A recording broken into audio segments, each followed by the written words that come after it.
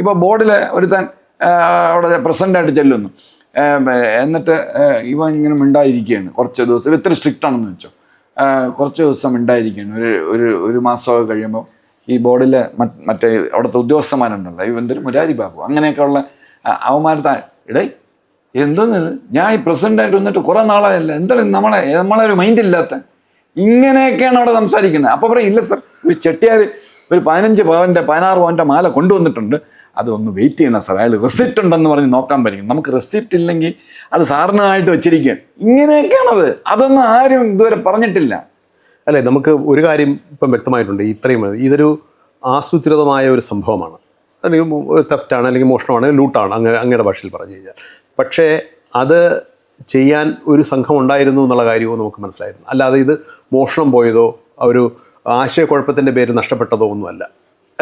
പക്ഷേ ഇത് ചെയ്യണമെങ്കിൽ അപ്പം ആസൂത്രിതമായ ഒരു സംഘം പ്രവർത്തിച്ചാൽ മാത്രമേ ഇത് നമ്മൾ ദിവസം നമ്മുടെ വീട്ടിലെ തന്നെ മുമ്പിൽ ഒരു പടം വച്ചിരിക്കുന്നു, അല്ലെങ്കിൽ ഒരു ഫോട്ടോ വച്ചിരിക്കുന്നു, അതിൻ്റെ ഫ്രെയിം ഒന്ന് മറിഞ്ഞു കിടന്നാൽ നമ്മൾ ദിവസം വരുമ്പോൾ നമുക്കതിൻ്റെ സ്ഥാനഭ്രംശം കൊണ്ട് നമുക്ക് ശ്രദ്ധിക്കപ്പെടും.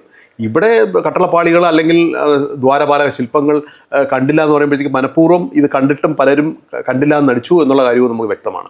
അപ്പോൾ ആസൂത്രിതമായ ഒരു ഗൂഢാലോചന അല്ലെങ്കിൽ തന്ത്രം ഇതിൻ്റെ പിന്നിൽ നടന്നിരിക്കുന്നു എന്നുള്ള കാര്യം ഇതുവരെയുള്ള അന്വേഷണത്തിൽ നമ്മൾ വ്യക്തമായിട്ടുണ്ട്. അല്ലാതെ ഇത് കളവ് പോയതോ നഷ്ടപ്പെട്ടു പോയതോ അല്ല.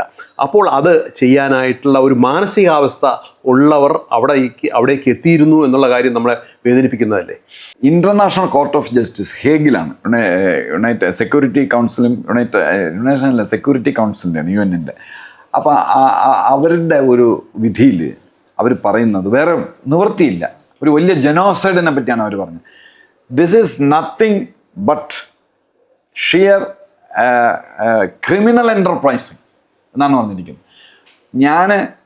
പുടിൻ കഴിഞ്ഞ ആഴ്ചയിൽ ഒരെണ്ണം പറഞ്ഞു, ഞാൻ പുടിൻ്റെ വാക്കുകളും കടമെടുക്കുന്നു, ICJ ജഡ്ജസിൻ്റെ വാക്കുകളും ഞാൻ എടുക്കുന്നു. This is criminal enterprising and this is Putin പറഞ്ഞത്, ഉക്രൈൻ മറ്റേ USA ആയിട്ട് കണക്ട് ചെയ്ത് പറഞ്ഞത്, this is a organised crime syndicate.